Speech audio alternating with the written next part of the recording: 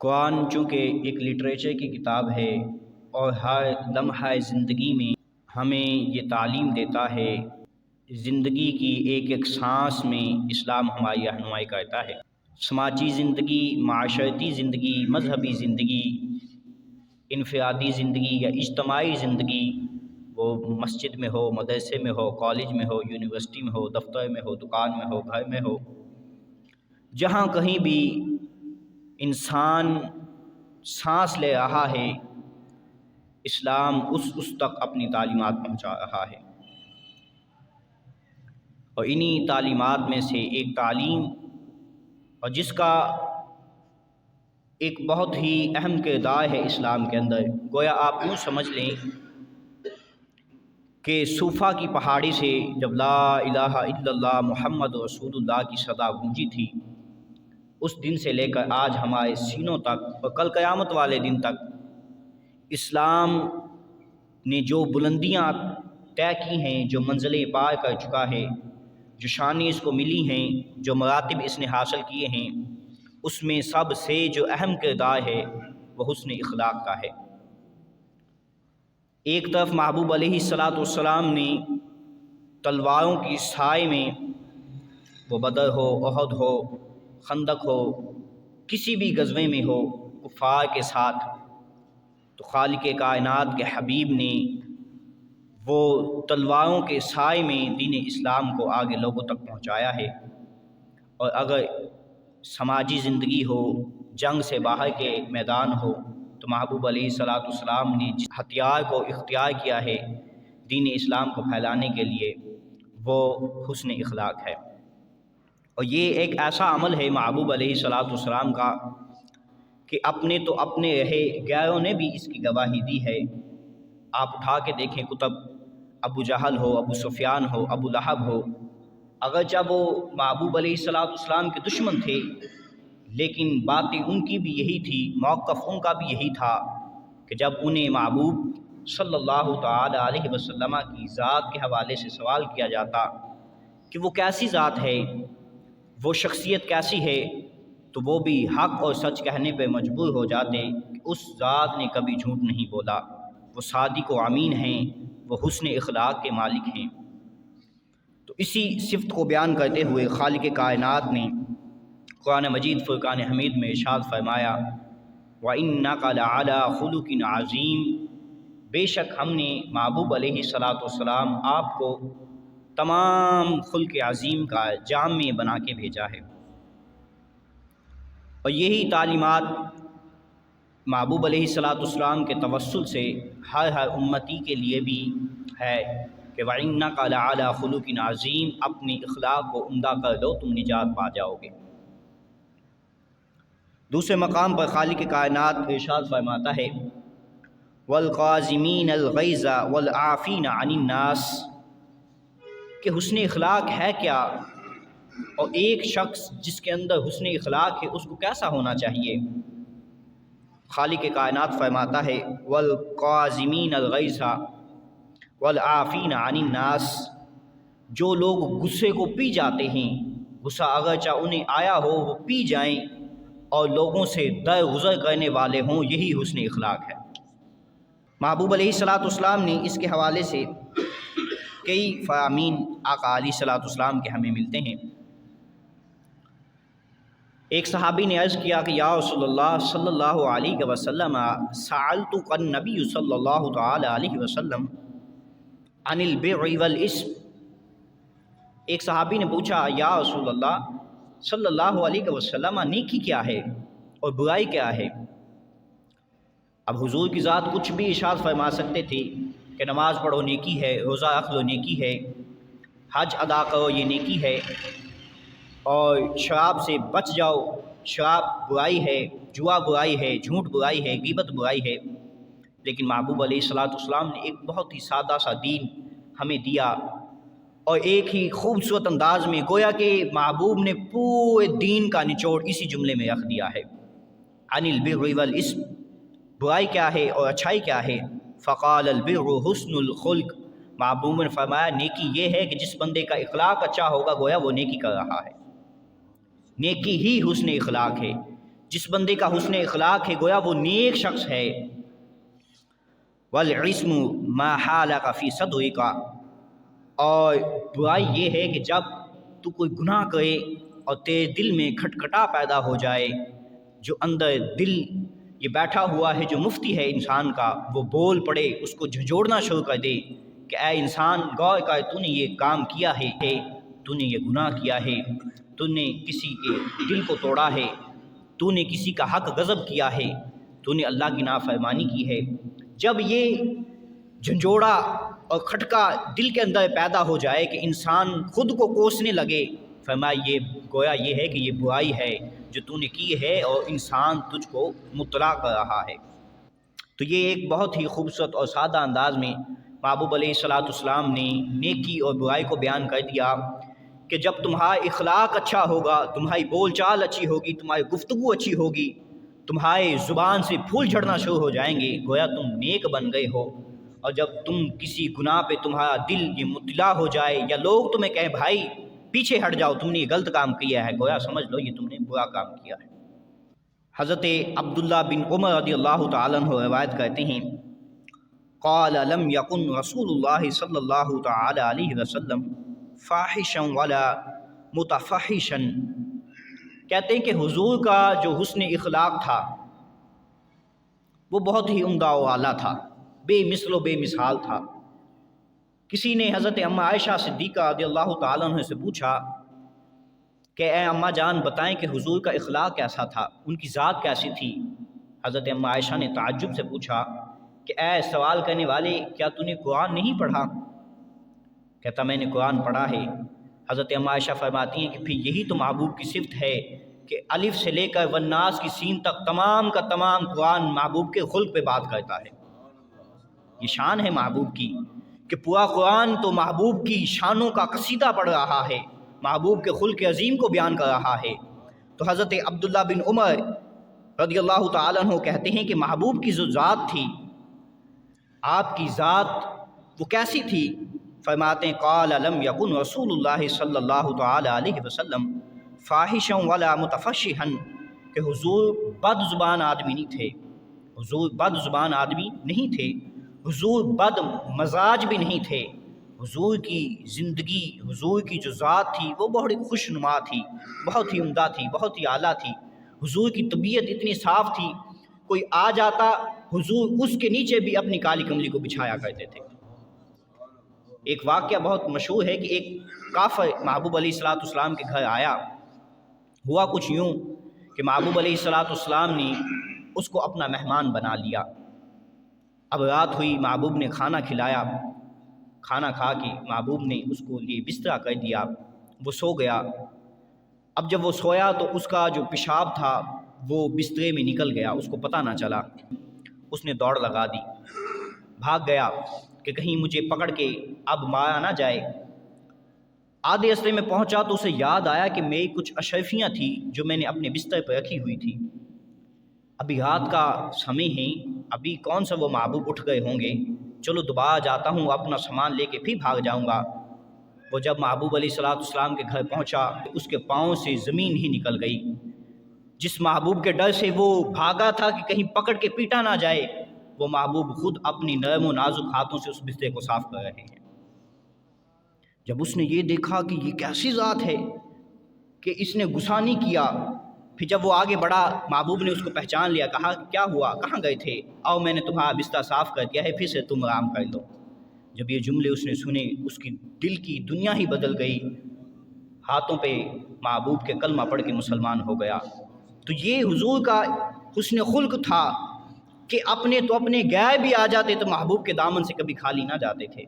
محبوب ان کے دامن کو بھی، ان کی جھولیوں کو بھی محبت اور پیار سے بھر دیا کرتے تھے۔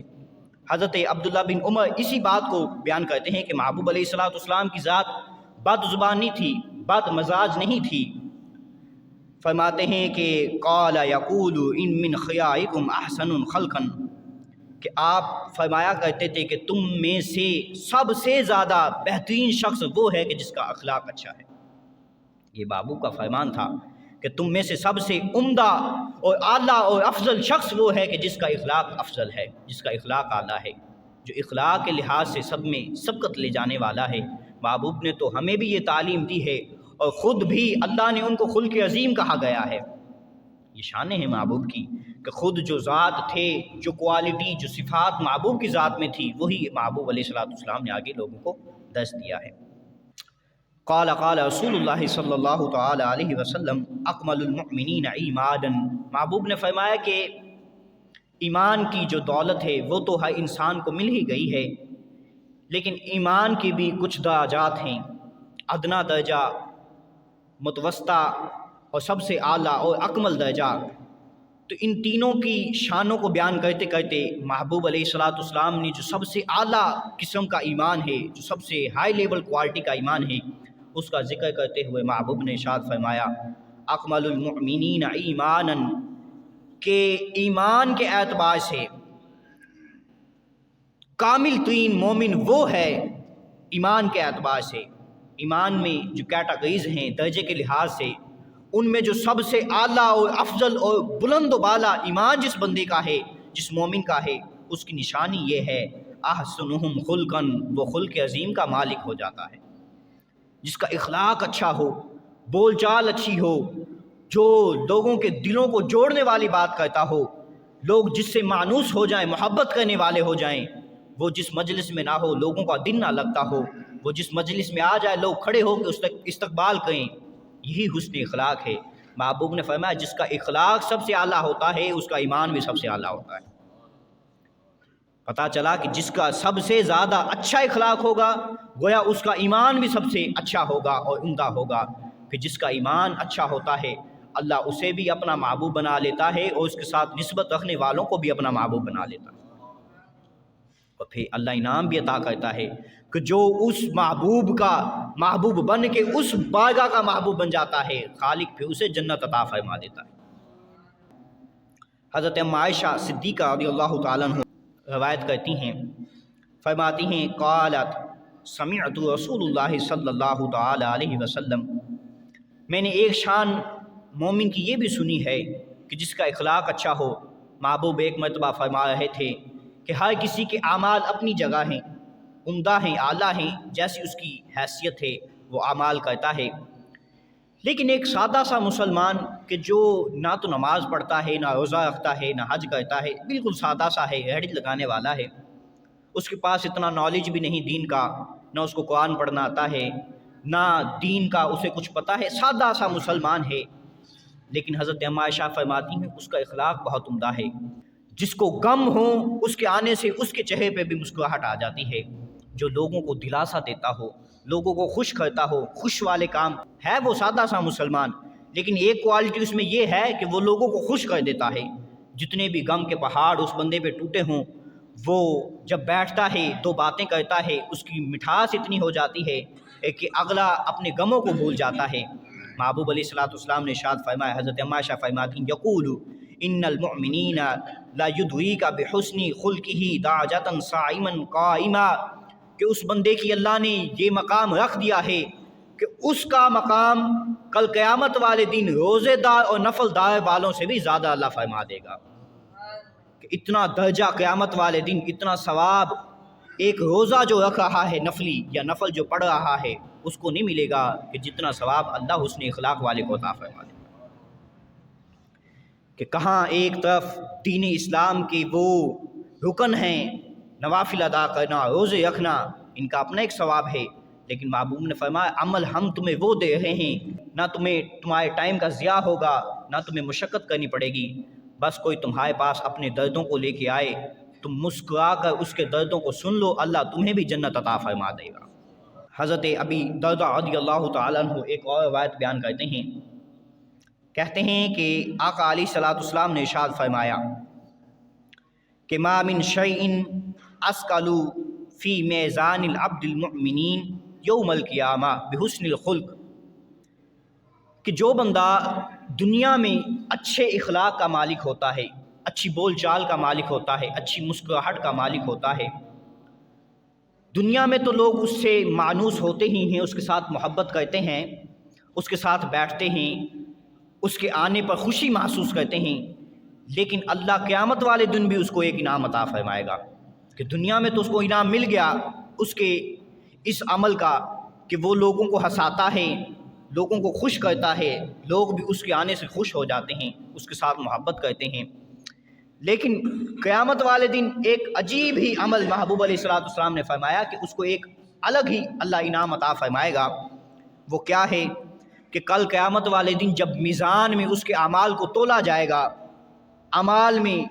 جب حج بھی اس کے اعمال میں ہوں گے، نمازیں بھی اس کے اعمال میں ہوں گی، روزے بھی اس کے اعمال میں ہوں گے، ہاں بڑی سے بڑی نیکی بھی اس کے اعمال میں ہوگی، لیکن قربان جاؤں محبوب کی زبان پر اور اس بندے کا کہ جس کی مسکراہٹیں بہت عمدہ ہیں، محبوب فرماتے ہیں جب کل قیامت والے دن میزان میں اعمال تولے جائیں گے تو سب سے زیادہ جو عمل بندے کا وزنی ہوگا وہ حسن اخلاق ہوگا۔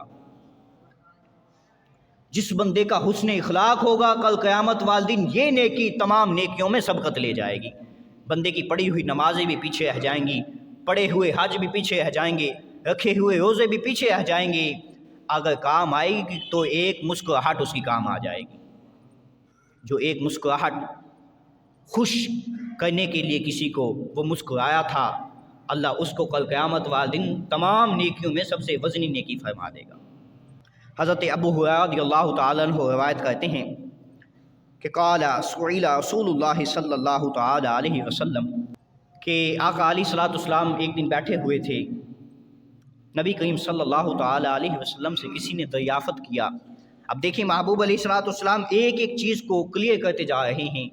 بات ہوئی پہلے دنیا کی تو حضور نے وہ بھی بیان فرما دیا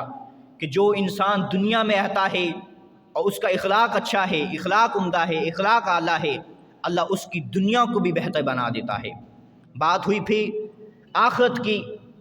کہ آخرت میں اس کو اللہ کیا انعام عطا فرماتا ہے۔ محبوب نے وہ بھی فرما دیا کہ جس بندے کا اخلاق عمدہ ہوتا ہے، اخلاق اعلیٰ ہوتا ہے، کل قیامت والے دن اس کی نیکیوں میں سب سے زیادہ وزنی اس کے اخلاق کی نیکی ہوگی۔